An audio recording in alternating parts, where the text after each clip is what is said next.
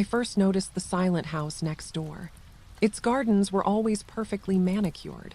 Not a single leaf seemed out of place, yet no lights ever glowed inside at night. The porch remained perpetually empty. It was a beautiful, hollow shell. My neighbor's name was Alina Vance. She was an elderly woman with impeccable style. I saw her perhaps once a month. She moved with quiet, deliberate grace. Then she would vanish again for weeks. Her house felt like a museum exhibit. I mentioned this to my husband, Ben. He is a pragmatic data analyst. He shrugged and suggested automatic sprinklers. He said some people travel often. His logic was always perfectly sound. Yet my curiosity remained gently intact. It was a subtle itch. A week later, a bank statement arrived. It was addressed to Alina Vance. Our house numbers were similar but different. I walked it over to her front door. The porch felt strangely sterile up close. I slipped the envelope into her mail slot. The return address caught my eye. It was for a post office box. That box was in another state entirely. Why would her bank use a P.O. box? It seemed like an odd choice. I walked back to my own home. I sat at my kitchen table for a moment. Ben was working late at his computer. I opened my own laptop instead. I searched for our county's property records. The portal was public but clumsily designed. I typed in Alina's address. Her tax records loaded after a slow moment. The bills were paid automatically every year. The payments came from a trust fund. The Vance Family Trust was the listed owner. The contact address was that same P.O. box. I closed the browser window. This was not suspicious, merely orderly. Wealthy people used trusts and lawyers. I decided to let the matter go, but my mind kept returning to that empty porch. The perfect, unlived-in stillness of it all. Something felt quietly off. I saw the gardener 2 days later. His truck was a simple white van. He tended to Alina's roses with care. I walked outside to get my own mail. I nodded to him as I passed by. He gave a silent nod in return. 3 magnetic signs were on the truck's door. Each sign listed a different address. They were all for lawn care services. One was the house next door to me. The other 2 were unfamiliar street names. I memorized them quickly. Back inside, I opened a blank spreadsheet. Ben had taught me this basic tool. I labeled the first column address. I entered Alina's home address first. Then I added the 2 from the truck. It was just a simple list. This felt like a harmless exercise. I was just organizing my observations. Ben came home and looked over my shoulder. He asked what I was tracking. I told him it was just a little project. He smiled and went to make dinner. The next morning, I drove to the first address. It was a small cottage across town. The garden was just as perfect as Alina's. The same gardener's truck was parked outside. No lights were on inside this house either. The silence was identical. I drove to the second address after that. It was a modest bungalow on a quiet street. Its lawn was freshly mowed and edged. The windows were dark and completely empty. A for sale sign was not planted there. It was just still. I added no occupancy to my spreadsheet notes. Then I added a column for gardener. All 3 properties had his service. This proved nothing, of course. A wealthy woman could own a few houses. Perhaps they were investments or inheritance properties. But who invests and then leaves them empty? The rental market here was very strong. She was not earning income from them. She was just paying taxes and maintenance. This was a financial loss, not a gain. The contradiction nagged at me. I decided to visit the county records office. Ben called it a fishing expedition. I told him I needed to learn. The office was in the old courthouse basement. It smelled of paper dust and old ink. The air was cool and still. The clerk's name was Marcus. He looked profoundly tired. I asked how to trace property ownership history. He sighed a long, world-weary sigh. Then he pointed to a bank of microfiche machines. He said I needed the grantor-grantee indexes. He showed me the heavy, leather-bound books. They listed every property sale for decades. I found the book for the year I needed. I looked for Alina Vance's home address. My finger traced down the fragile page. I found the entry. Alina Vance did not buy the house. She had inherited it 12 years prior. The grantor was listed as Vance Holdings. It was transferred for a sum of $0. It was a simple familial transaction. I wrote this down carefully. I then looked up the two other addresses. The result was exactly the same. Both were inheritances from Vance Holdings. The dates were within months of each other. A pattern was now clearly forming. She had not purchased a single home. She had only ever received them. I thanked Marcus for his help. He just nodded and returned to his desk. I drove home with my mind racing. Vance Holdings was my new search term. It sounded like a company or another trust. My online search that night went nowhere. The name yielded no useful results. It was too generic for modern search engines. Ben suggested trying the Historical Society. The city archives might have older records. He said to look for context. I visited the city historical archives the next day. It was a quiet, wood-paneled room. A soft-spoken man named David Chen helped me. I asked for any information on Vance Holdings. He thought for a long, quiet moment. Then he disappeared into the stacks. He returned with a large, rolled map. It was a city planning map from the 1920s. He spread it carefully on a large table. He pointed to a downtown intersection. A building was labeled Vance Plaza. It was a public market, now long gone. David explained it was a philanthropic project. The Vance family had built it for the city. It was demolished in the late 1960s. The land was then used for a parking garage. I asked who owned that land now. He did not know. I went back to the county property website. I searched for that downtown address. The owner was a string of letters and numbers. It was listed as LLC and 734TK. This was a dead end for me. I could not pierce that corporate veil. I was stuck, but I had a new thread. The Vance family had deep local roots. Their wealth was old and civic-minded. I returned to the archives the following week. David Chen seemed to expect me. He had pulled several old donor ledgers. They were from the 1950s and 60s. I turned the brittle pages slowly. I found the Vance family fund listings. They gave to the symphony and the hospital. Then I saw a different kind of entry. The description simply said, land gift to city.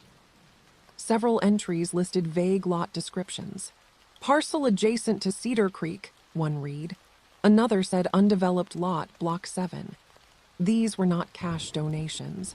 They were gifts of raw, empty land. I copied every single one down.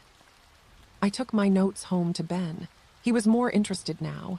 He helped me interpret the old legal descriptions. We used a modern mapping website. We plotted each one on the digital map. They appeared as blank, green squares. Then we zoomed out to see the whole picture. These lots did not connect to each other. They were scattered across the city, but they were all in specific areas. They were on the edges of neighborhoods. They were quiet, forgotten corners. One of them matched the bungalow's address. The bungalow from the gardener's truck sign. Alina's house was not on this list, but one of her properties was a gifted lot. The city had given it away long ago, yet the Vance Trust now owned it again. This was the first true contradiction. How did gifted land return to the family? A gift should be a permanent transfer. The city should have sold or developed it, but the Vance Trust held the title now. The mechanism was invisible to me. I needed to understand this transaction. I filed a public records request with the city. I asked for any deeds for that bungalow's lot. The clerk said it would take weeks. I settled into a waiting period. My spreadsheet continued to grow. I drove past other lots on the old list. Many had small, post-war houses on them. They looked like any other normal street. I could not tell who lived in them. I had no way of checking ownership, not without going back to see Marcus. The scale of this was suddenly daunting. This was no longer about one quiet neighbor. It was about a decades-old family pattern. I felt a small thrill of discovery. Then I felt a deep wave of unease. I was uncovering something vast and silent. The waiting period for the records felt long. I focused on my normal daily routines, but my mind kept circling the puzzle. I decided to look for more modern data. Elena's article appeared in my news feed one morning. She was a freelance data journalist. Her piece analyzed corporate home ownership in our city. It cited stark numbers and worrying trends. Large investment firms were buying family homes. They were turning them into permanent rentals. The article was clear, sharp, and factual. I read it twice. I saw a contact email at the bottom. I hesitated for a full day. Then I composed a brief, careful message. I noted her work was very insightful. I mentioned a possible anomaly in the data. I described an individual holding many properties. I specifically avoided using Elena's name. I framed it as a theoretical pattern. Elena replied within just a few hours. Her email was short and professionally curious. She asked for a meeting to discuss further. We agreed on a time at the Riverside Cafe. The cafe was quiet on a Tuesday afternoon. Elena was young and had sharp, observant eyes. I laid out my basic findings for her. I showed her my simple spreadsheet. I explained the inheritance pattern and the old gifts. She listened without interrupting. She found the personal trust angle compelling. Her research focused on corporate entities. This was a different kind of ownership. It was older and more opaque. She said institutions were easy to track. Individuals could hide in plain sight.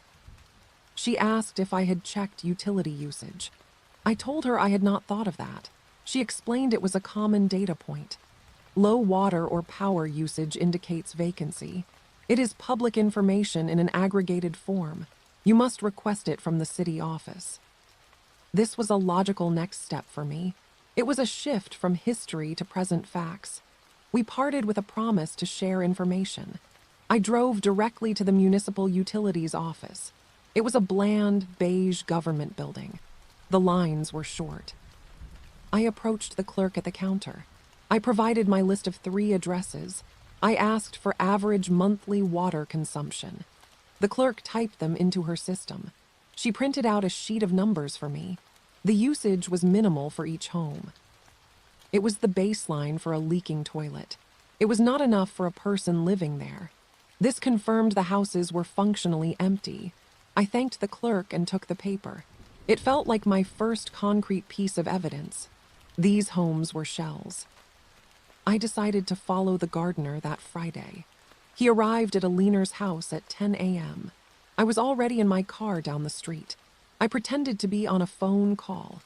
He finished his work in 30 minutes. Then he drove away at a leisurely pace. I followed from a safe distance. He did not go to another house. He drove to a small, well-kept apartment complex. It was called the Cedars on a faded sign. He parked and began trimming hedges there. I pulled over and watched him work. I searched for the Cedars on my phone. I found its county property record quickly. The owner was listed as Vance Residential Trust. The registered agent was a law firm. It was the same firm on Elena's tax records. The connection deepened again. This was not a single-family home. It was a 12-unit apartment building. I could see curtains in some of the windows, but the parking lot was mostly empty. The feeling of stillness was pervasive here, too. I added it to my spreadsheet. My list now had 4 distinct properties. One house was an inherited family home. 2 were gifts returned to the family trust. 1 was an apartment building. The link was the Vance name and the silence. The financial logic remained completely obscured. Ben helped me analyze it that night.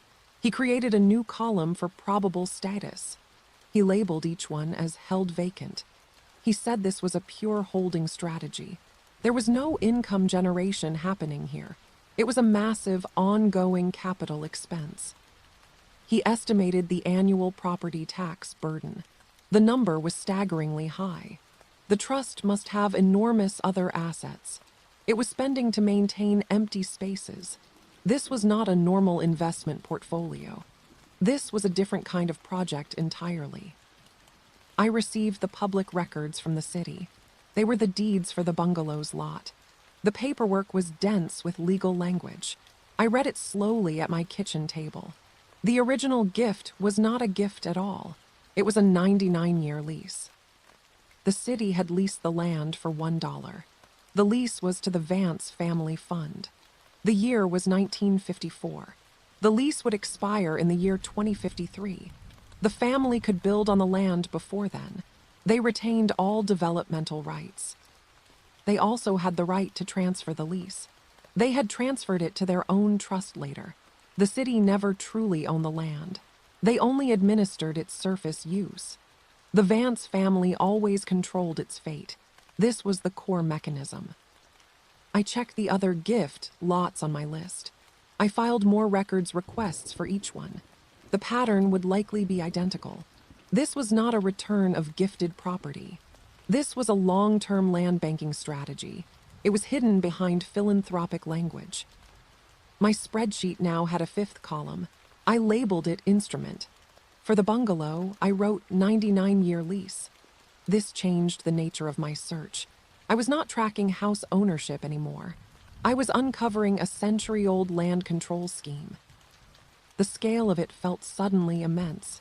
How many such leases existed in the city? My list of old donor entries had 12 lots. Were they all under the same structure? I needed to go back to the archives. David Chen had more ledgers to show me.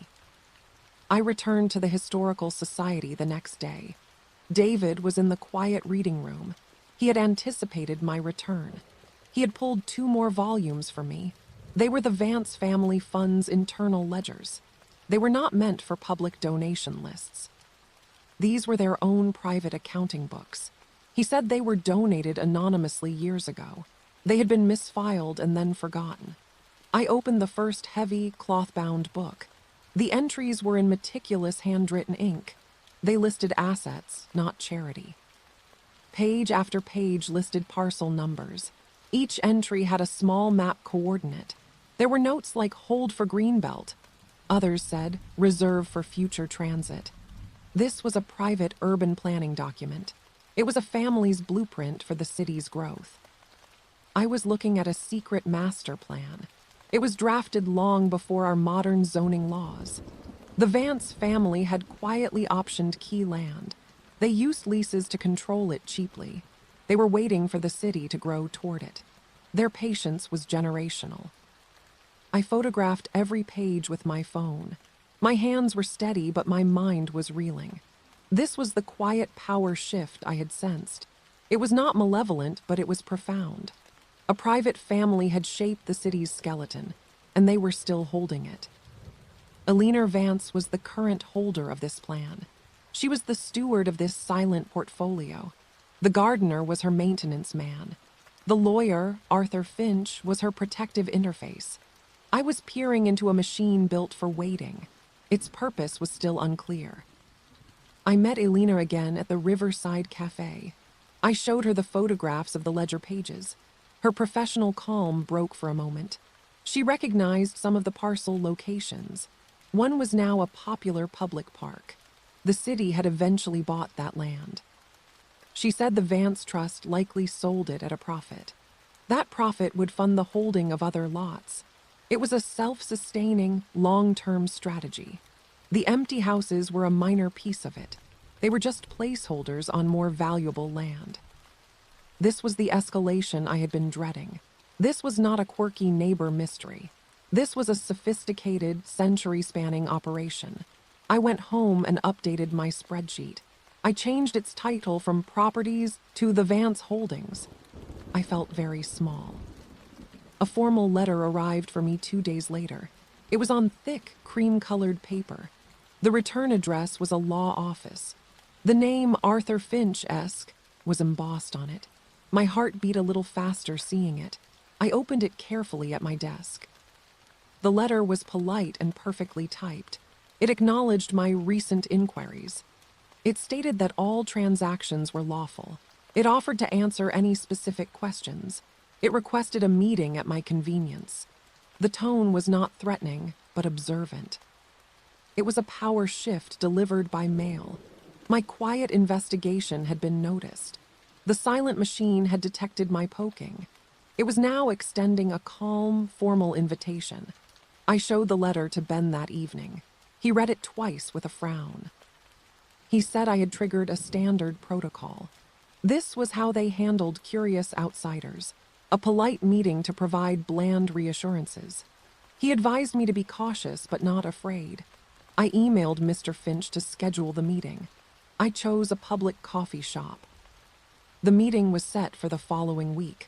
I spent the days preparing my questions. I would not be confrontational. I would simply ask for clarity.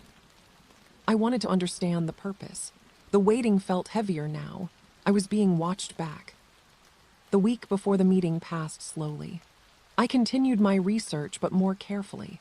I focused on public data everyone could access. I found the registered agent for the various LLCs. It was, as expected, Arthur Finch's law firm. This was no surprise. The law firm was small and had a prestigious address. Its client list was not publicly available. Its website was a single, minimalist page. It offered no details about its practice. It was a quiet shield for its clients. I learned nothing new from it. I drove past the Ledger House instead. Marcus had mentioned it offhandedly last week. He said it was an old downtown building. It was full of small, private offices for professionals. The name had stuck in my mind. I wanted to see it for myself. It was a narrow, 5-story brick building. It looked unremarkable amidst taller glass structures. The ground floor housed a dormant retail space. I saw a few people entering and leaving. They looked like accountants or quiet lawyers. It was perfectly ordinary. I parked and walked around the block once. I checked the building's main directory in the lobby. The listings were just suite numbers and last names. Finch was listed for Suite 504. Several other suites had no names at all. The building felt intentionally bland. As I turned to leave, I saw the gardener. He was carrying a toolbox through the lobby door. He did not see me standing there. He went to the elevator and pressed a button. He was not here for landscaping duties. This was a maintenance call of a different kind.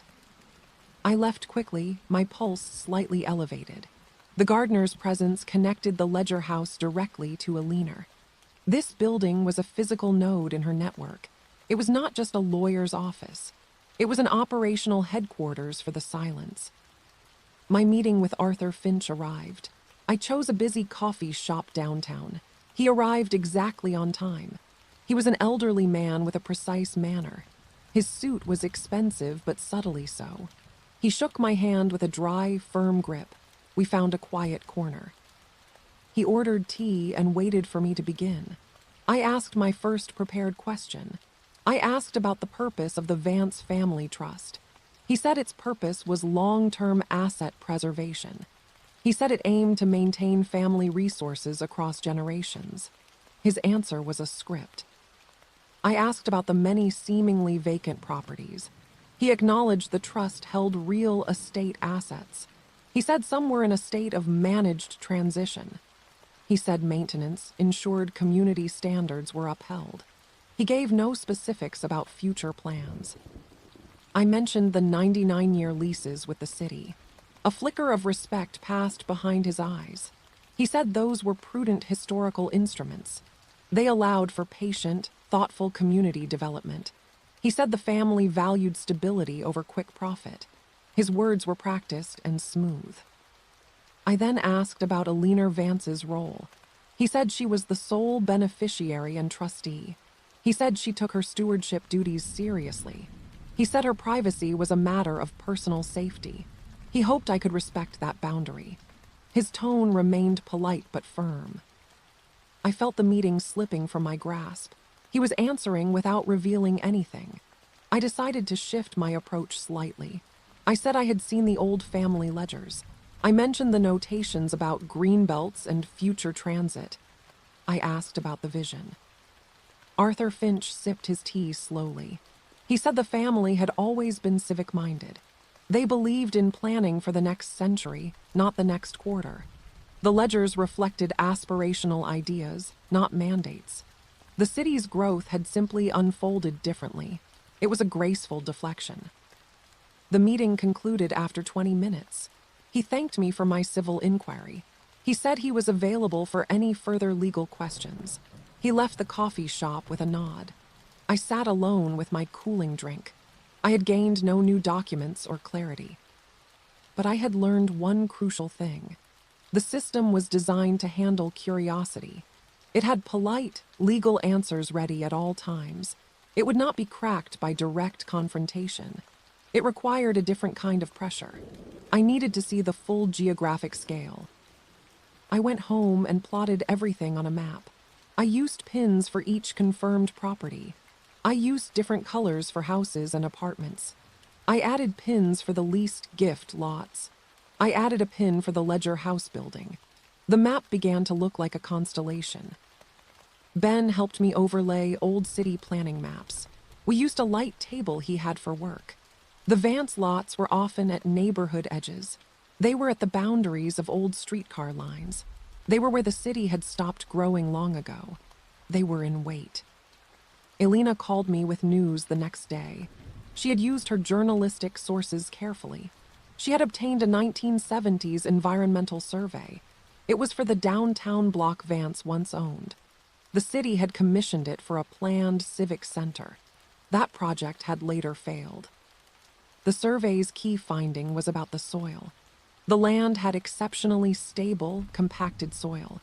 It was perfect for building very deep foundations. It could support towers without expensive reinforcement. This made the land far more valuable than it appeared. The family had known this. This was not just about holding land. It was about holding the *right land, the land with hidden, latent potential. The family's ledgers noted good bones on that plot. They understood the geology beneath the city. Their patience was geological in scale. I found the court filing from the 1980s next. Marcus helped me locate it in the courthouse archives. The city had tried to claim the downtown land for back taxes. They argued the lease's dollar per year rent was invalid. The Vance Trust lawyers fought the case. The judgment was in the trust's favor. The lease was ruled a valid and binding contract. The city had to honor its century-old agreement. The Vance family retained control of the pivotal block. They paid the minimal tax assessment on the improvements. They won by using the city's own old paperwork. This was the ultimate power shift I had seen. The family used the past to control the future. They bound the city with its own historical signatures. They were not breaking any laws. They were simply enforcing contracts everyone else had forgotten. It was brilliant and quiet. My map was now covered in pins and notes. It told a story of quiet, strategic acquisition. It was a story of waiting for the right moment. That moment had not arrived for most properties, so they sat empty, maintained, and silent. The financial drain must be colossal. I needed to understand the trust's funding. How could it afford this endless holding pattern? I went back to the archived ledgers one more time. David Chen allowed me to photograph a later volume. This one covered the 1980s and 1990s. The entries had changed. There were fewer listings for raw land parcels. There were more entries for asset liquidation. The trust had sold several properties over those decades. They were always sold to the city or to developers.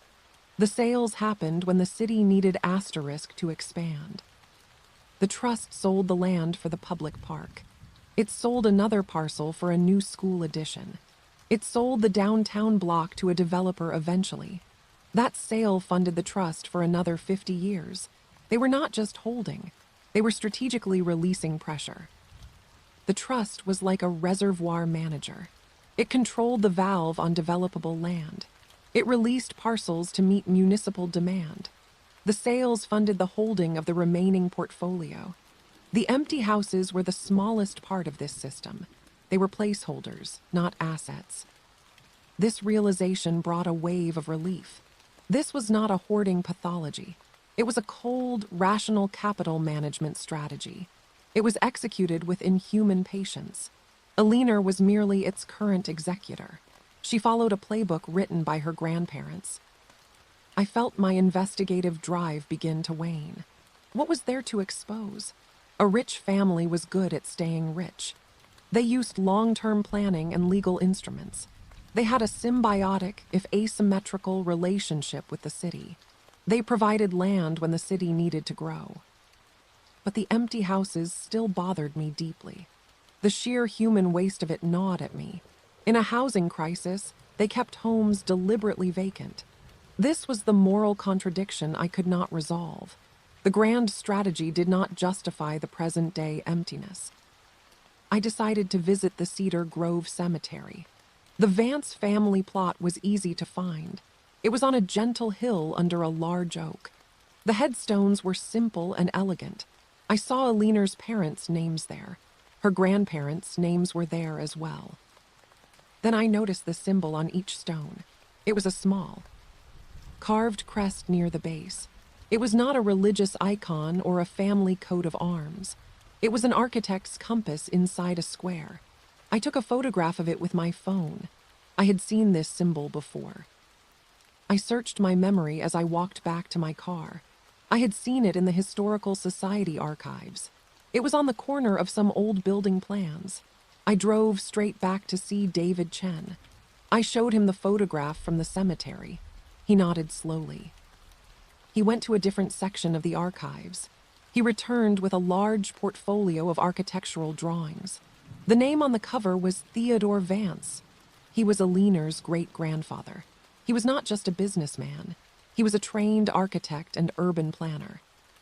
The drawings inside were visionary. They depicted a garden city neighborhood. It had green courtyards and low-rise apartments. It had shared public spaces and walking paths. It was humane and beautiful and modern for its time. The symbol was his personal architect's seal. The proposed site was a large, empty tract on the city's edge. It was land the Vance family already owned through leases. The city council had rejected the plan in 1912. They deemed it too ambitious and too expensive. Theodore Vance had shelved the project forever. But he had not sold the land. He had held it. His instructions in his will were clear.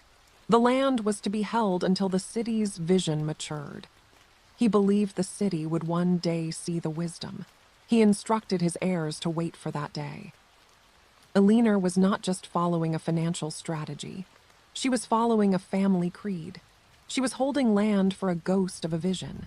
She was waiting for a city to catch up to a dream. The empty houses were not placeholders for profit. They were placeholders for a utopia. This was the profound, tragic contradiction. The method was cold, financial, and legalistic. The motive was almost romantically idealistic. The emptiness was not an oversight. It was a prerequisite. You cannot build a new community on occupied land. I went home and sat in my darkened living room. I looked out the window at Alina's dark house. I no longer saw a mystery or a villain. I saw a lonely woman tending a ghost. She was preserving a void for a future that never came. I felt a deep, unexpected pity. The understanding settled upon me heavily. It was not a revelation of evil, but of sadness. The grand design was fueled by a faded dream. Alina Vance was its lonely curator. I decided to stop my investigation for a few days. I needed to process this new perspective. Ben noticed my quiet mood immediately. He suggested we take a weekend trip away. I agreed, thinking distance would provide clarity. We drove to a small cabin in the mountains. The silence there was natural and full of life. It was nothing like the silence of those houses. I did not think about ledgers or leases. I thought about the weight of a century's instruction. I imagined Theodore Vance drawing his beautiful plans. I imagined his disappointment at their rejection. His response was not anger, but infinite patience. That patience became a family burden. We returned home on Sunday evening. The first thing I saw was Alina's house. It stood dark and perfect as always, but my feeling toward it had fundamentally changed. It was no longer a puzzle to be solved. It was a monument to a specific kind of failure. I knew I could not simply walk away now. I had seen the entire hidden machine. I understood its gears and its purpose, but I felt a new, quiet responsibility. Someone needed to bear witness to this story, not to expose it, but to acknowledge its existence. I wrote Alina Vance a letter. I did not send it to her lawyer's office. I addressed it to her home, the one next door. I wrote it by hand on simple, clean stationery. My words were careful and devoid of accusation. I stated only what I had observed and deduced. I wrote about seeing the gardener's diligent care. I mentioned my visit to the historical archives. I noted the architect's seal on the headstones. I referenced the beautiful, unrealized Garden City plans. I said I understood the concept of waiting. I promised I meant no harm. I slipped the letter into her mail slot on a Tuesday morning.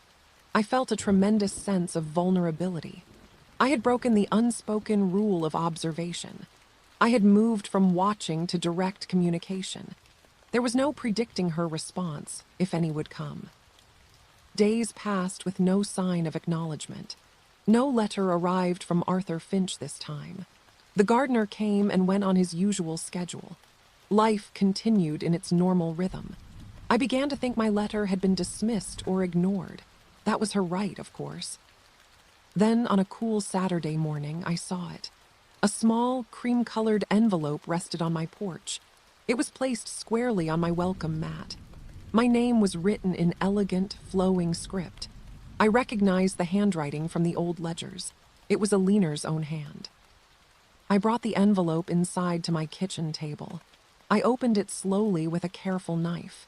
A single sheet of paper was inside. The message was brief and to the point. It read, "Your understanding is appreciated. The waiting is the most important part. Thank you." Beneath those words was an address. It was not a residential street number. It was a suite number, 512. The building's name was not written, but I knew it. It was the Ledger House. And below that, a small silver key was taped to the paper. The invitation was clear. I held the key in my palm. It was cold and surprisingly heavy. This was not a summons from Arthur Finch. This was an invitation from Alina herself. She was offering me a look inside the machine. She was asking me to see the waiting from her perspective. I had to go. I drove downtown alone the next afternoon. The Ledger House was quiet on a Sunday. I used the key to unlock the main lobby door. The interior was hushed and smelled of old wood. I took the elevator to the 5th floor. The hallway carpet was worn but clean. Suite 512 was directly next to Finch's suite, 504. My key turned smoothly in the lock. The door opened into a small, neat office space. It was not a lawyer's office filled with books. It was an archivist's room, clean and organized. The air was still and cool. A single desk held a green-shaded lamp. A comfortable-looking chair was pushed neatly under it. But the walls were the true focus of the room. Floor-to-ceiling shelves held rows of identical binders. Each binder was spine-labeled with a property address. There were hundreds. I approached the shelves slowly. I ran my fingers along the neat rows. I pulled one binder out at random. It was for the bungalow, the first one I had followed. I opened it at the desk under the lamplight. The contents were meticulously ordered. The first page was a copy of the original 99-year lease. Next were the inheritance documents transferring it to the trust. Then came annual property tax statements for decades. Following those were the gardener's monthly service invoices. Finally, there were photographs. The photos showed the house over the years. They were taken from the same angle each time. They documented the aging of the roof, the paint. They showed a tree in the yard growing from a sapling to maturity. This was not just a financial record. It was a biography of a place. I pulled another binder for a different address. The structure was exactly the same. Legal documents, tax records, maintenance logs, photographs. The consistency was absolute. This room was the physical brain of the operation. It was the memory of the waiting. On the desk, I found a simple note. It was in the same elegant handwriting as my letter. The binders are the waiting. The map is the vision. I looked around the room again. On the wall opposite the shelves hung a large, framed map. It was Theodore Vance's original Garden City plan. The map was beautifully rendered in colored ink. It showed winding paths and communal gardens. It showed schools and small markets integrated seamlessly. It was a vision of a perfect, walkable community. Pinned to the map were small, numbered tags. They corresponded to binder numbers on the shelves. This was the heartbreaking connection. Each empty house, each vacant lot on a shelf was a pixel. Together, they still formed the ghost of this beautiful map. The family had never assembled all the land at once, but they held the pieces, hopping one day to complete the picture.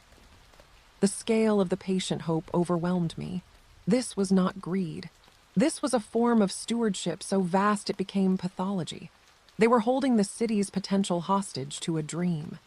The dream was benevolent, but the method created emptiness. I sat in the chair for a long time. I heard the faint sound of the elevator down the hall. I stood up quickly, my heart jumping. The office door opened slowly. It was not a leaner who entered. It was the gardener.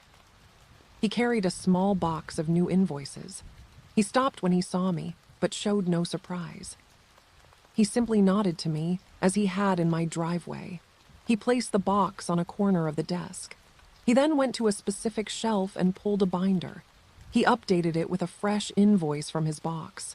His movements were practiced and efficient. He was the beating heart of this system. He finished his task and closed the binder. He looked at me and made a gentle gesture. He pointed to the map on the wall. Then he pointed to the window overlooking the city. He gave a small, almost imperceptible shrug. Then he left the office as quietly as he came. His message was clear. The map was the dream. The city outside the window was the reality. The two did not match. The waiting continued because they could not reconcile. I was now a witness to this eternal gap. I had been given the key to see the silence organized. I did not look through any more binders that day. I had seen enough to understand the rhythm. I locked the office door behind me carefully. I drove home with the key in my pocket. The weight of it felt immense. I had accepted a role I did not yet fully understand. I called Elena that evening. I told her I had reached the end of my search. I said there was no scandal to publish. There was only a long, sad story of patient control. I told her about the office, the binders, the map. She listened in total silence. She asked me what I planned to do. I said I planned to do nothing at all. She understood immediately. Some stories are not for headlines. They are for quiet comprehension. We agreed to have lunch next week as friends. The investigation was over. Ben was relieved when I told him. He had worried about the lawyer's involvement. He was glad I had found a kind of closure. I showed him the key from a leaner. He turned it over in his hand thoughtfully. He said it was a symbol of strange trust. I agreed. The following week, I saw Eleanor Vance. She was leaving her house as I fetched my mail. She paused and looked directly at me. She gave a single, slow nod. It was an acknowledgement without words. Then she got into her quiet car and drove away. I never saw her again. The gardener continued his rounds. The houses remained perfectly maintained and empty, but my relationship to them had changed. I no longer felt the itch of mystery. I felt the heavy weight of their shared story. I was now, in a small way, a part of their silence. I returned to the Ledger House office one more time. I went to update the binder for my own neighborhood. I added my letter to Eleanor to the file. I added her response and a note about the key. I included the date I visited the office. I closed the binder and placed it back. I was documenting the moment the waiting was witnessed. I was now a footnote in the biography of these places. This felt like the correct, final thing to do. I left the key on the desk where I found it. I locked the door behind me for the last time. I walked out into the bustling afternoon city. The noise and life were a sharp contrast to that room. I looked up at the buildings around me. Some stood on land that was once a Vance lease. The family's patience had shaped the skyline. Their silence had spoken in concrete and glass. I went home and took down my own map with the pins. I carefully put all the notes and documents into a box. I placed the box on a high shelf in my office. I did not need to look at it every day. The knowledge was now a part of me. It required no external proof. Life returned to its normal, simple patterns. Ben and I had dinner. We talked about our days and our future plans. We did not talk about empty houses or century-long leases. That story was in its proper place now. It was resting quietly on a shelf, waiting. Several weeks passed in ordinary quiet. The change was internal, not in the world outside. Elinor's house remained a silent monument next door. I saw the gardener every Thursday like clockwork. His routine was a comfort now, not a clue. The mystery had resolved into a known pattern. I met Elina for lunch at the Riverside Cafe. We did not discuss the Vance Trust. We spoke of her new projects and my own work. There was an unspoken agreement between us. Some truths are not for public consumption. They are for private understanding and quiet stewardship. She did mention one small, final discovery. She had cross-referenced the Vance lease expiration dates. The first of the 99-year terms would end in 2053. That was only 30 years from now. The waiting had a distant, but finite, horizon. The clock was finally ticking down. This information settled in my mind. The patient strategy was not truly infinite. It would confront a deadline within Elinor's lifetime, or perhaps within the lifetime of her successor. I wondered who would inherit the key to that office. The thought was strangely melancholic. I received another envelope in my mailbox. It was not from Elinor this time. It was from Arthur Finch's law office. My stomach tightened for a brief moment. I opened it at my kitchen table with careful hands. It contained a single formal document. It was a cover letter. The letter stated that per my prior inquiries, enclosed was publicly available information. It was a list of all charitable donations made by the trust last year. The amounts were substantial and given to civic causes. Parks, libraries, and housing shelters were the beneficiaries. The letter was a deliberate message. It was showing me the other side of the ledger. The trust was not just a vacuum sucking up properties. It was also a fountain distributing wealth. This was the relief phase of the machine's cycle. It gave back to maintain its social license. It was part of the equilibrium. I filed the letter away with my other notes. I appreciated the gesture, though I saw its purpose. It was another piece of the puzzle clicking into place.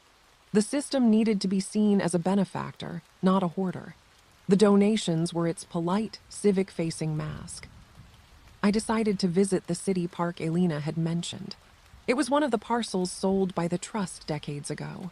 The land was now a vibrant, green space filled with people. Children played on swings. Couples walked dogs along neat paths. It was a genuine public good. I sat on a bench and watched the community life. This was the positive outcome of the Vance strategy. They had held the land until the city was ready to buy it. Then they sold it at fair market value. The city turned it into this beautiful park. It was a good thing. But the empty houses were not yet parks. They were still just empty houses. The trust's patience created both outcomes. The public good and the private emptiness were two sides of the same coin. You could not condemn one without losing the other. This was the moral knot. I walked home through the quiet streets. I passed two of the houses on my old spreadsheet list. Their blinds were still drawn, their porches still bare, but my anger at them had fully evaporated. I saw them now as cells in a dormant organism. Their purpose was not yet active. Ben noticed my peaceful acceptance. He said I seemed more settled than before. I told him I had seen the full picture now. There was no villain, only a complicated legacy. He said that was often the way with deep histories. The truth is rarely a simple story. I began to think about my own legacy. What patterns was I creating with my own life? They were small and personal, not civic in scale. But the question of stewardship felt more important now. What are we holding on to, and for whom? The question lingered with me. One afternoon, I drove to Cedar Grove Cemetery again. I went to the Vance family plot without any agenda. I simply stood there and read the names. Theodore Vance, architect and visionary. His wife, Margaret. Their son, Charles. His wife, Rose. Then Aliner's parents. A vacant plot waited beside them. It was the space for Aliner herself, the final steward of the dream. I wondered if she ever came here to speak to them. Did she report on her maintenance of their patience? Did she feel the weight of their collective expectation? I felt a profound loneliness for her. As I turned to leave, I saw David Chen from the archives. He was placing flowers on a different grave. We made eye contact and he walked over. He said he often came here to think. The quiet was good for historical perspective. I agreed with him completely. We walked slowly along the main path together. I asked him if he knew about the Vance Garden City plans. He said he had suspected, based on what I'd found. He said many old families have such quiet projects. They are threads in the city's fabric, mostly unseen. He said his role was to preserve the records, not to judge the actions they documented. History is a tool for understanding, not a court. His calm perspective was a great comfort to me. We parted ways at the cemetery gates.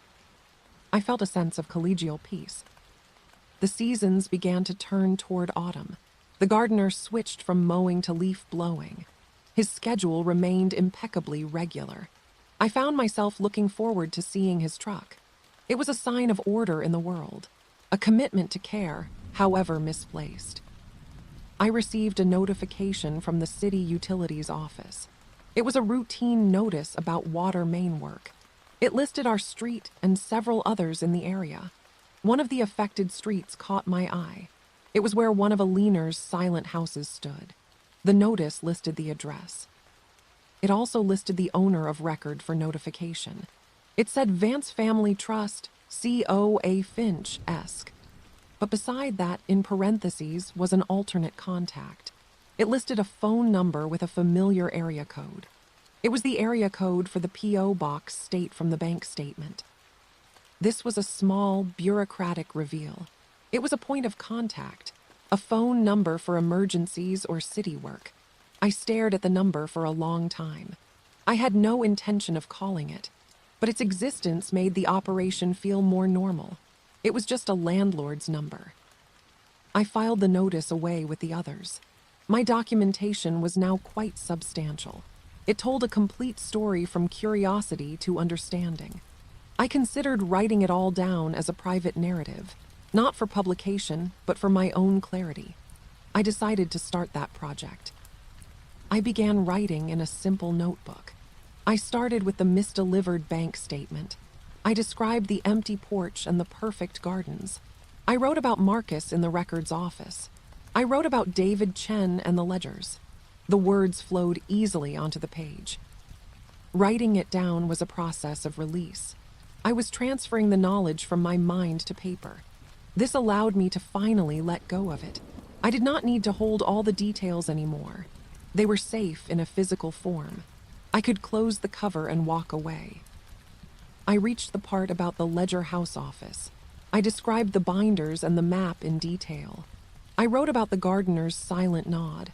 I wrote about the weight of the key. As I wrote this section, I felt a deep sense of conclusion. The story had reached its natural end. I closed the notebook after several writing sessions. I placed it inside the box with my maps and documents. I put the box back on the high shelf. I dusted my hands off, both literally and figuratively. The project was complete. My curiosity was satisfied and laid to rest. Life continued in its gentle rhythm. Ben and I planned a small vacation for the spring. We talked about maybe moving to a quieter town someday. Our own future felt open and light. It was not burdened by a century-old directive. That freedom felt like a tremendous gift. I saw a for sale sign go up on our street. It was not on one of Aliner's properties. It was on a normal, lived-in house down the block. A young family had bought it and moved in quickly. Their children's toys soon littered the front yard. The sound of laughter filled the air. The contrast was now stark and beautiful. The vibrant life of that house against Alina's silence. Both existed on the same street, in the same city. One was not right and the other wrong. They were just different choices about how to occupy space. I could appreciate both. One evening, I saw a light on in Alina's house. It was a single, upstairs window glowing softly yellow. It was the first light I had ever seen there at night. It lasted for perhaps an hour, then went dark. I did not know if she was inside or a timer had activated. But I chose to believe she was home. I believed she was walking through her empty, perfect rooms. She was checking on her charge, her inherited waiting. She was the ghost in the machine, ensuring its quiet heartbeat continued. I felt no need to know for certain. The light never appeared again after that night. The house returned to its usual dark perfection. But I was glad to have seen it that one time. It was a reminder that a person was at the center of this. A human being, not just a legal entity. That mattered deeply to me. My story with the silent houses was over. I had followed the thread to its end. I had met the key players, seen the records, understood the dream. There were no more reveals to uncover, no more contradictions to resolve. The machine would continue its work without my attention. I looked out my window at the dark house next door one final time. I said a quiet, internal goodbye to the mystery. I thanked it for the lesson in patience and perspective. Then I closed the curtains and went to make tea. The chapter was firmly, peacefully closed. Winter arrived with a soft, persistent rain. The gardener's truck now carried a plow attachment. He kept Alina's driveway perfectly clear of snow. My own driveway had charming, uneven shovel marks. The difference was a small portrait of our lives. I preferred my imperfect version. The holidays came and went quietly. Ben and I hosted a small dinner for friends. The conversation was lively and full of warmth. No one spoke of vacant properties or secret trusts. It was a normal gathering in a normal home. I cherished the simplicity of it all. In January, I received a yearly property tax assessment. My own, for the house I lived in and loved. Seeing the official document made me think of Alina's binders. My single sheet was part of my own life's ledger. It was a thread in my own small story. I paid my taxes online and filed the receipt. I thought of the thousands of such transactions citywide. Each one represented a choice, a life, a history. The Vance binders were just a more organized version of this. The scale was different, but the human impulse was the same. I decided to visit the historical archives one last time. I brought David Chen a box of nice tea as a thank you. He accepted it with a gracious smile. We did not discuss the Vance family specifically. We talked about the importance of preserving ordinary stories. He showed me a collection of old grocery store ledgers. They listed every purchase made by families in the 1940s. The details were mundane but deeply human. Flour, eggs, thread, aspirin. These were the real building blocks of a community, not land deeds but daily needs. This was the relief I needed after my intense focus. The grand vision of a garden city was abstract. These grocery lists were tangible and warm. They represented the life that would fill any well-planned space. The people were always the point, not the design. I left the archives feeling light and grounded. The city's true history was in its people's daily routines. The Vance story was just one thread, albeit a powerful one. It was not the whole tapestry. This perspective finally gave me full peace. Spring approached and the city began its renewal. Flowers pushed through the damp earth in my garden. I saw the gardener planting fresh annuals at Alina's house. His work was a cycle of constant, silent maintenance. It was his art form, his purpose. I started a small gardening project of my own. I planted a climbing rose against my back fence. It was a slow project with no grand vision. It was just about the pleasure of tending to something. Watching it grow would be its own reward. No ledger would track it. Alina published a new article in March. It was about community land trusts as a modern solution. These were nonprofit models for affordable housing. They removed land from the speculative market forever. The concept was the ethical inverse of the Vance strategy. She emailed me the link with a simple note. It said, "Thought you'd appreciate this alternative form of waiting." I read the article with great interest. It was about patient stewardship for community good, not private vision. It was hopeful and forward-looking. I wrote back and congratulated her on the piece. I said it was a beautiful articulation of a better way. She replied that sometimes seeing a broken system clearly inspires the blueprint for a fix. My investigation had helped her see that system. I was glad for that. The first of the Vance leases now had 29 years left. I found myself thinking about the year 2053 occasionally. What would the city look like then? Would the Garden City dream finally be abandoned? Would the land be sold for a new, different vision? I would be an old woman by that time. Alina would certainly be gone. A new steward would inherit the key to the Ledger house. Would they have the same patience, the same faith? Or would they finally cash in the family's century of chips? I would likely never know. This acceptance of not knowing was my final step. I had followed the thread to its visible end. Beyond that was the future, opaque to everyone. My need to know what happened next faded away. The story was complete in its current, suspended state. I took a walk through the neighborhood one sunny afternoon. I passed the bungalow, the first house I had tracked. Its lawn was green and neatly edged. Its windows reflected the blue sky blankly. I felt no pull toward it, no lingering mystery. It was just a house. I realized I had stopped counting the silent properties. The number no longer held any power over me.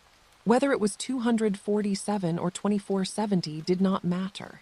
The principle was understood. The counting had been a phase of my learning. That phase was conclusively over. Ben and I booked our vacation for the spring. We chose a coastal town with no historical archives. We planned to hike and read novels and sleep late. It was a trip with no purpose other than rest. I looked forward to the sound of the ocean very much. Before we left, I saw a real estate van on our street. It was parked in front of a house 4 doors down. This was not a Vance property, just a normal sale. A young couple was being shown the home by an agent. They looked hopeful and excited about their future. This was the healthy, normal cycle of a neighborhood. People come and go, lives intertwine and separate. Homes are lived in, loved, and then passed on. The Vance houses were frozen outside this beautiful, messy cycle. Their stillness was the true anomaly, not the norm. Our vacation was everything we had hoped for. The ocean air was cold and bracing. We walked for miles along empty beaches. We talked about everything and nothing. The vastness of the water put all land concerns into perspective. Everything felt small and manageable. When we returned home, our house felt warm and welcoming. The familiar sights and smells were a comfort. I looked at Alina's house from my kitchen window. It was unchanged, as I knew it would be. That consistency was now a neutral fact, not a trigger. I received a postcard in the mail a week later. It had no return address, just a beautiful stamp. The image was of a famous botanical garden. The handwriting on the back was elegant and familiar. It said only, "Thank you for your careful attention, E." The postmark was from the state of her P.O. box. She was acknowledging me from a distance. She was also confirming she was alive and traveling. This small communication felt like a perfect closure. It was impersonal, yet deeply personal. I taped the postcard inside my notebook. The seasons turned once more toward summer. My climbing rose began to put out its first blooms. They were a deep, vibrant red against the green fence. Their progress was slow and wonderfully tangible. I took a photograph of them to mark the moment. I did not file the photo in a binder. I simply sent it to Ben with a heart emoji. He wrote back, "Beautiful." That was the only record it needed. Some things are meant to be experienced, not archived. Some stories are for living, not for keeping. The The story of the silent houses was now part of my past. It had changed how I saw the city and its history. It had taught me about patience, legacy, and consequence. But it was no longer an active force in my daily life. It had receded into the background where it belonged. I sometimes wonder if Alina thinks of me. I wonder if my name is now in a binder somewhere. A note about the neighbor who looked too closely. A record of the one who asked questions and then stopped. I am comfortable being a footnote in her ledger. The system continues its silent, patient work. The gardener tends. The lawyer corresponds. The taxes are paid. The houses wait. I understand the rhythm completely now. There is no need to disturb it further. Observation has turned into respect for the pattern. My own life moves forward on its own path. Ben and I make plans for a garden shed. We talk about adopting a dog from the shelter. These are our small, immediate forms of stewardship. We are building our own legacy of care, day by ordinary day. The city grows and changes around all of us. New buildings rise on old lots. Streets are repaved, parks are renovated. The Vance-held land remains quiet amidst the change. It is a pocket of stillness in the constant motion. That is its chosen role for now. I no longer feel the weight of the silence next door. I feel only the gentle passage of time. The mystery has been solved, not with a bang, but with understanding. The revelation was that some stories have no dramatic ending. They just have continuous, quiet being. I am at peace with that. The calm resolution is not in a changed world. It is in my changed perception of it. The houses are silent, and that is their truth. I am living, and that is mine. Both can exist side by side, without conflict on this quiet street. A year passed since my first curious glance next door. The anniversary came and went without my notice. Life had folded the experience into its layers. It was no longer a separate story. It was part of the sediment of my understanding. The city announced a new infrastructure project. It was a light rail extension to the western suburbs. The published route map was available online. Out of habit, I studied the proposed path. It traced a line along the edge of several neighborhoods. I recognized the corridor. It skirted the very area marked on Theodore Vance's old map. It passed within blocks of a cluster of the silent houses. The family's century of waiting was not for a garden city anymore. It was for this moment of municipal transit expansion. This was the modern form of their future transit note. The city's growth had finally reached their patient land. But the growth was not a community of gardens. It was a line of steel and electric wire. The vision had adapted to a different future. I felt no urge to investigate further. The mechanism was clear now. The value of those properties would soon multiply. The trust could sell to the city or to developers. The profit would fund another century of waiting elsewhere. The cycle would renew itself. I showed the map to Ben over breakfast. He saw the connection immediately. He called it a patient capital triumph. He said it was financially brilliant, if emotionally cold. I agreed with his assessment completely. There was nothing more to say about it. Summer brought a heat wave to the city. The air conditioning in our house struggled to keep up. I saw the gardener one especially hot afternoon. He was not gardening. He was walking around Alina's house with a clipboard. He was checking the exterior air conditioning units. He tested each one, listening to their hum. He made notes on his clipboard with a focused expression. Even in the heat, his maintenance was precise. This was not just about curb appeal. It was about preserving the interior environment of the empty spaces. The houses were kept in a state of perfect readiness. They were not decaying time capsules. They were climate-controlled vessels. They were waiting for a future occupant or a future demolition crew. Their state of preservation was a form of suspended animation. I brought the gardener a bottle of cold water. I walked across my lawn and offered it to him. He looked surprised, then gave a small, grateful nod. He took the water and drank half of it in one go. We stood for a moment in the shimmering heat. I asked him if the units were all working. He said they were, and that was his job. His voice was soft and gravelly from disuse. I asked him how many houses he maintained. He looked at me with his calm, tired eyes. He simply said, "All of them." Then he went back to work. That was our longest conversation. It was enough. He was the hands that carried out the will of the ledger. He was the physical connection to all those silent rooms. He was as much a steward as a leaner. He just worked with tools, not documents.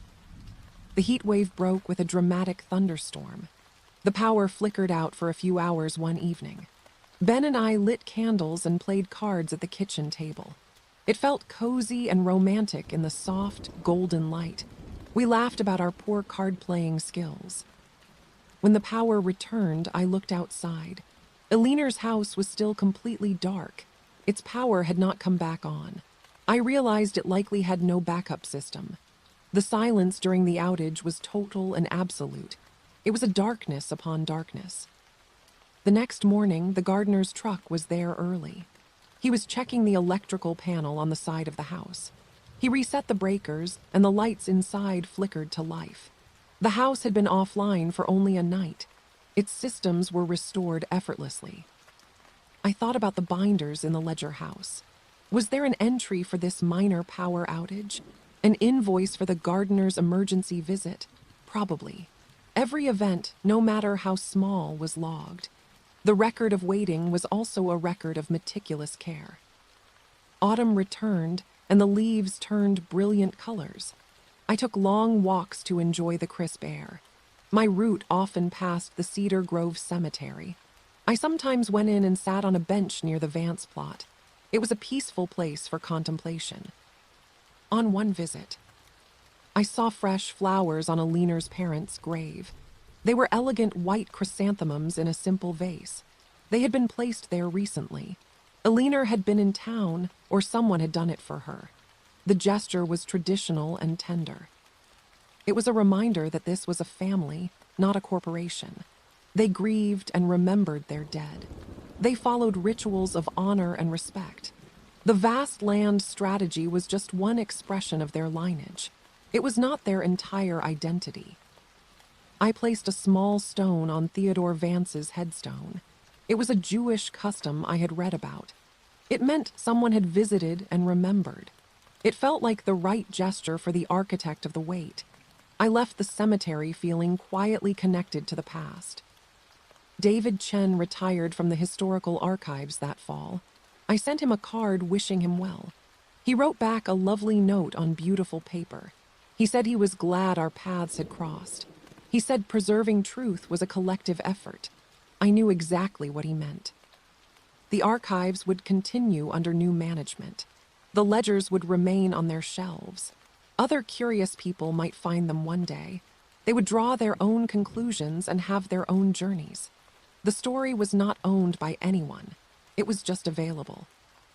Winter arrived again, and the cycle continued. The first snow dusted the roofs of all the houses, the silent ones and the lived-in ones alike. From a satellite view, they would all look the same. Blankets of white covering everything equally. Nature made no distinction. The holidays felt more joyful this second year. I hosted a larger dinner and invited Elena and her partner. Our home was full of noise and laughter and spilled wine. It was gloriously, messily alive. I felt a deep gratitude for the chaos of real life. In January, I received a formal letter from the city clerk. It was a notice of a zoning change hearing. The area near the new light rail stop was being reevaluated. The zoning would change from low-density residential to mixed use. Public comments were invited. The notice listed the affected parcel numbers. I recognized several from the Vance donor ledger. This was the next logical step in the process. The city was preparing the land for development. The trust's patience was about to be monetized. The wait was ending for some. I did not attend the hearing. I had no comment to give. The process was legal, public, and inevitable. My role as an observer was complete. I filed the notice with my other documents. It was the final piece of predictive paperwork. Spring announced itself with a week of rain. My climbing rose survived the winter and budded again. The gardener planted new, colorful pansies in Aliner's beds. They were a bright contrast to the gray skis. Their cheerfulness felt almost defiant. I saw a for sale sign appear one morning. It was not on a Vance property, but 2 streets over. The market was active, prices were rising. The light rail news was fueling speculation. The whole neighborhood was subtly shifting. Change was a gentle wave arriving. I realized I had not checked my spreadsheet in months. I opened the file on my computer one afternoon. The last entry was from over a year ago. The data was static, a snapshot of a past obsession. I saved a copy to an external drive. Then I deleted the original file from my desktop. The act felt symbolic and necessary. I was clearing active space in my present life. The knowledge was archived, just like the ledgers. It was safe, but it did not need to be front and center. My mind felt lighter after I emptied the digital trash. Ben and I adopted a dog from the shelter in April. She was a gentle, mixed-breed dog with soulful eyes. We named her Daisy. She loved to chase squirrels in our backyard. Her joyful barking was a new, wonderful sound on our street. It was a sound of life. Daisy liked to look out the front window. She would watch the birds and passing cars. One day, she let out a low, soft woof. I looked to see what had caught her attention. The gardener was loading his equipment into his truck. He saw Daisy and gave a small wave. Daisy wagged her tail slowly. Even she recognized the rhythm of his presence. He was part of the landscape now, a friendly constant. His work was no longer secretive or ominous. It was just a man doing his job, well and quietly. Everything had been normalized.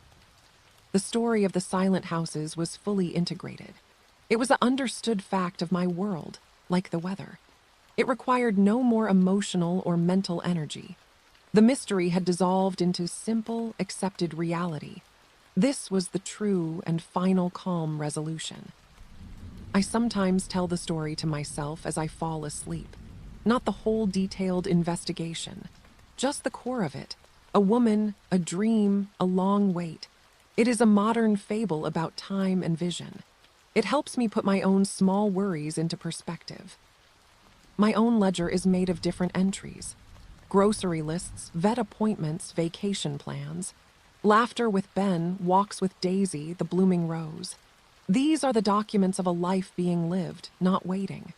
They are imperfect, fleeting, and deeply precious. The 2 ledgers exist in parallel worlds. One in a quiet office downtown, one in my active home. They do not intersect anymore. They just both are. That is the peaceful coexistence I have found. It is a quiet triumph of understanding over curiosity. The city moves on, and I move with it. The silent houses remain for now. Their story is complete in my mind. It has a beginning, a middle, and this quiet end. An end not of conclusion, but of settled awareness. The final reveal is that there is nothing left to reveal. And so I close this chapter with a calm heart. The female narrator's tale is told. The woman she observed is understood. The houses are silent.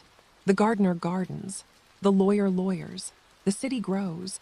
And I, the observer, finally turn my gaze fully back to my own life. Time is the ultimate ledger keeper. Another year unfurled with its quiet dramas.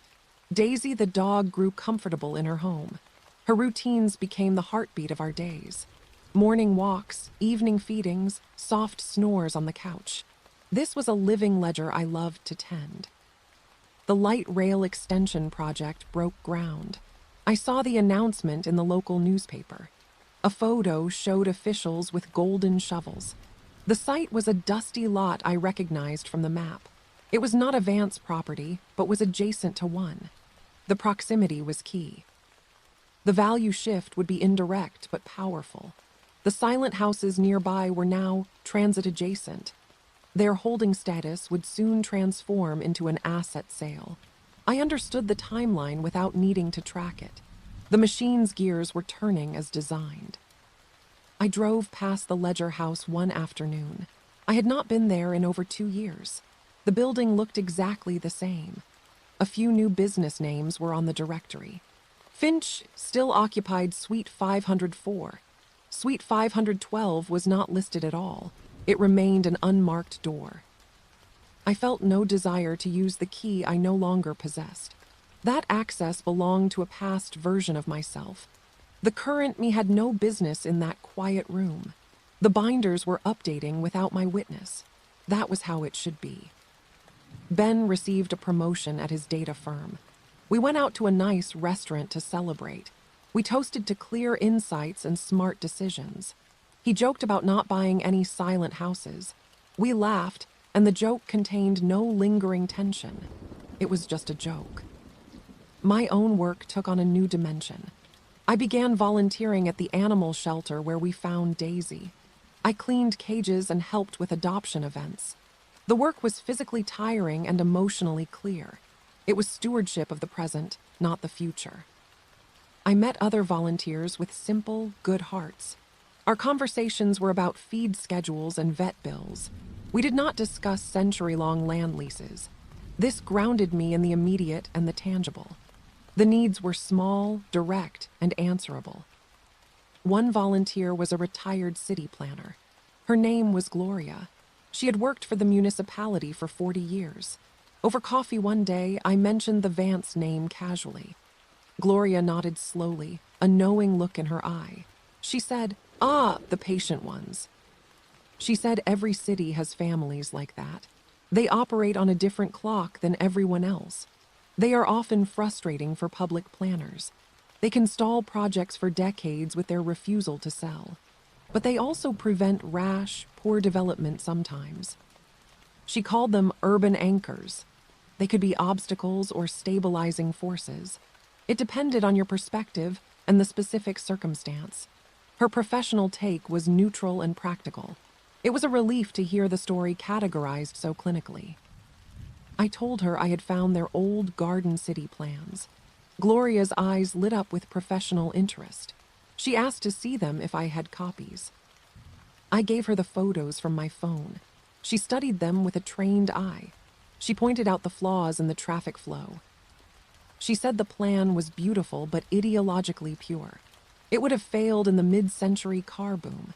Its rejection was probably correct for that time, but its core ideas about green space were prescient. Modern planners were now trying to retrofit those concepts. This was the final, satisfying contradiction. The vision was both behind its time and ahead of it. The family's commitment was to the vision, not to its practicality. Their waiting was for the world to align with an ideal. The world rarely aligns so neatly.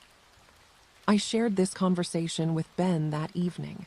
He found the urban anchor term particularly apt. He said data systems also have anchor points. They are values that remain constant for calibration.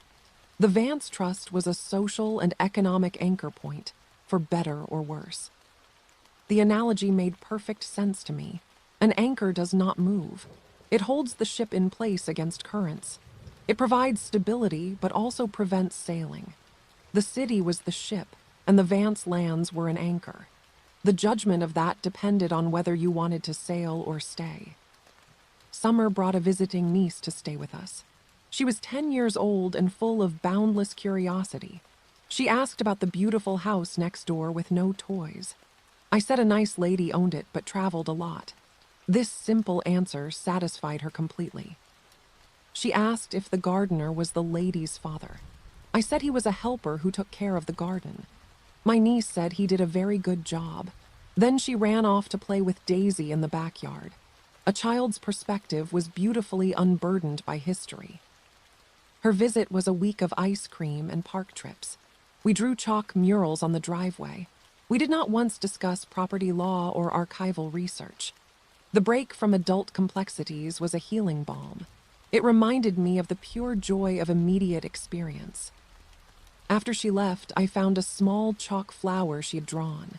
It was near my front walk, already fatting from the sun. I took a picture of it before the next rain. It was a document of a fleeting, perfect moment.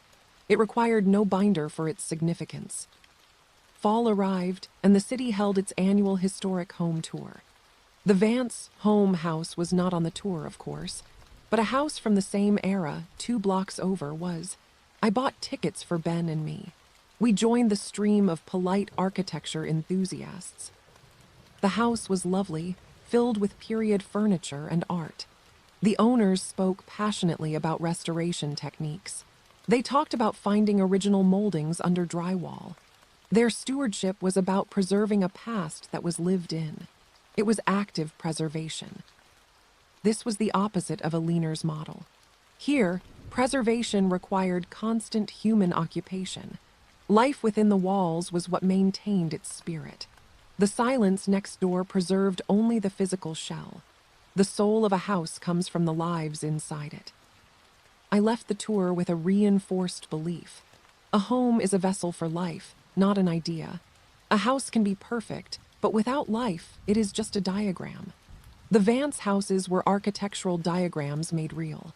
They were waiting for life to be inscribed upon them.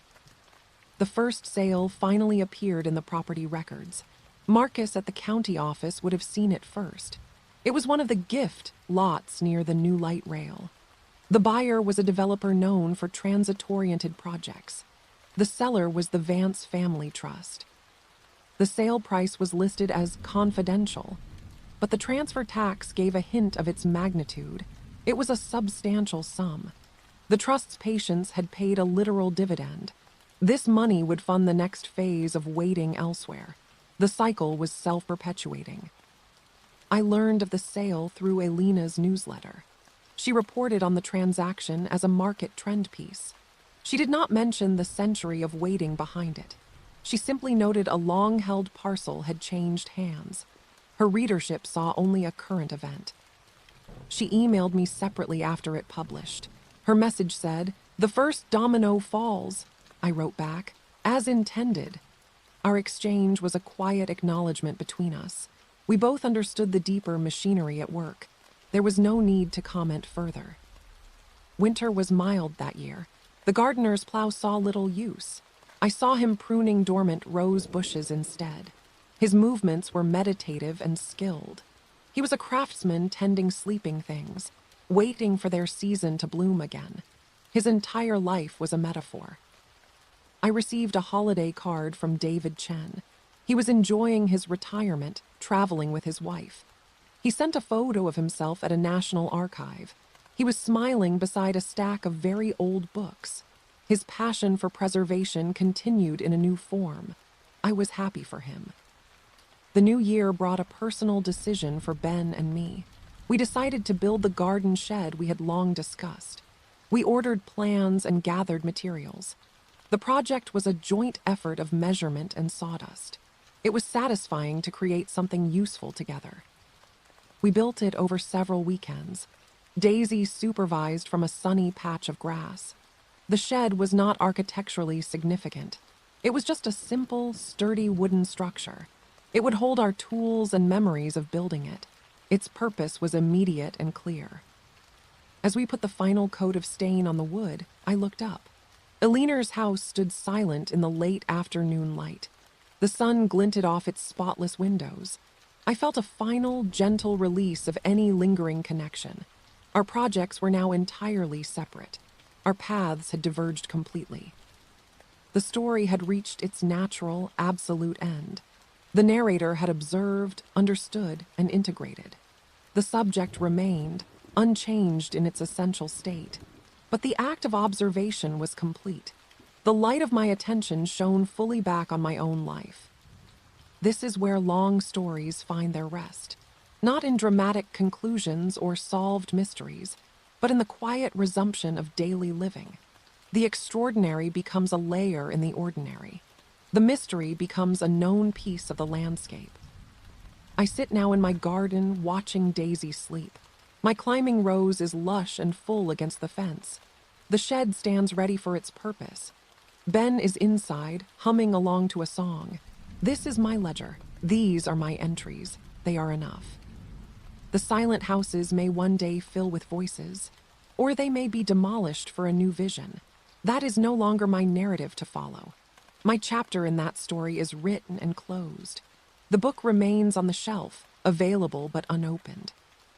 The calm female narrator has said all she needs to say. The woman she described is understood, not judged. The mechanisms are revealed, not condemned. The silence is acknowledged, not broken. The story ends not with a period, but with a quiet exhale. And in that exhale, there is peace. The peace of understanding, the peace of letting go, the peace of a gaze turned inward to the living, breathing present. The past is archived. The future is unwritten. The present is here in this garden, in this light, in this breath.